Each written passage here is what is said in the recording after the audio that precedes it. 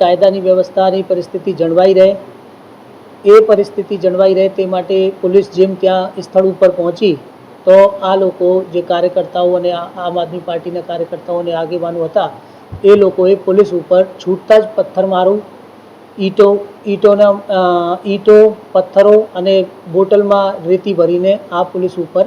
ત્યાં છોડવામાં આવેલ હતા અને એમાં પોલીસના માણસોને પણ ઈજા થયેલ. અને એટલું જ નહીં, આ લોકોએ પોલીસની ગાડી પલટી ખવાઈ દીધી અને પલટા ખવાવાથી ત્યાં પોલીસની ગાડીને પણ જે એમનો પ્રી પ્લાન, જે આપણે કહીએ કે પૂર્વ આયોજિત કાવતરું હતું, એ પ્લાન મુજબ એને પહેલાં તો પોલીસના ઉપર પથ્થર છોડ્યા, પછી ગાડી પલટીને અને ગાડીને સળગાવવાના પ્રયત્ન કર્યા. તે એવી જે પરિસ્થિતિ બની ત્યાર પછી પોલીસે પણ જરૂરી બલ પ્રયોગ કરીને ત્યાંથી આ ટોળાને વિખેરવામાં આવેલ અને એના પછી અમુક માણસોને ત્યાંથી ડિટેન પણ કરી લેવામાં આવેલ. પછી અમે આ જે બનાવ બન્યું એ વિશે એક FIR દાખલ થઈ છે. પોલીસ ઉપર જીવડેલ હુમલો થયું છે અને આ ગેરકાયદેસર મંડળી રચી એવા ગુના અહીંયા પાળિયાદ પોલીસ સ્ટેશનમાં દાખલ કરવામાં આવેલ છે. અને આમાં ટોટલ અત્યાર સુધી આપણે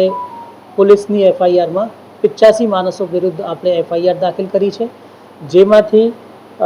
લગભગ 65 ઈસમોને આપણે તે વખતે જ્યારે પોલીસ ગઈ હતી અને પોલીસ ઉપર જે હુમલા થયો ત્યાર પછી પોલીસે 65 જેટલા લોકોને રાઉન્ડ અપ કર્યા છે અને અત્યારે એ લોકોને ડિટેન કરવામાં આવેલ છે અને હાલ આગળની તપાસ ચાલુ છે. આમાં આપણે કહી શકીએ કે મુખ્ય સૂત્રધાર જે પહેલાંથી જ એ લોકો સોશિયલ મીડિયા મારફતે અને અન્ય મીડિયાઓ મારફતે એ લોકો જે પૂર્વ આયોજિત આ કાવતરું રચી રહ્યા હતા કે આપણે ત્યાં ગામે જવાનું છે અને આવું કરવાનું છે, આમાં રાજુ કરપડા અને પ્રવીણ રામ અને બીજા અન્ય માણસો જે છે એમાં મુખ્ય જે આયોજક. આમાં આપણે BNSની અમુક જે અટેમ્પ ટુ મર્ડરની કલમો છે, રાઇટિંગની કલમો છે અને જે કાવતરુંની કલમો છે એ લગાવવામાં આવે છે. વાહનો અમુક કબજા કરવામાં આવેલ છે, લગભગ 50 જેટલા વાહનો પણ કબજા કરવામાં આવેલ છે, જે એ વાહનોનો ઉપયોગ કરીને એ લોકો ગામમાં ઘૂસી ગયા હતા.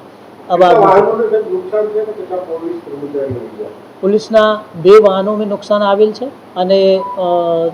5 પોલીસવાળાઓને ઈજા પણ થયેલ છે, જેમાં 2ને ગંભીર એટલે માથામાં ઈજા થઈ છે. હાલની પરિસ્થિતિ શાંતિ છે અને એ જે હળદર ગામના લોકો છે એ આમાં મુખ્ય વસ્તુ એ છે કે ગામના માણસો કોઈ પણ નહોતા.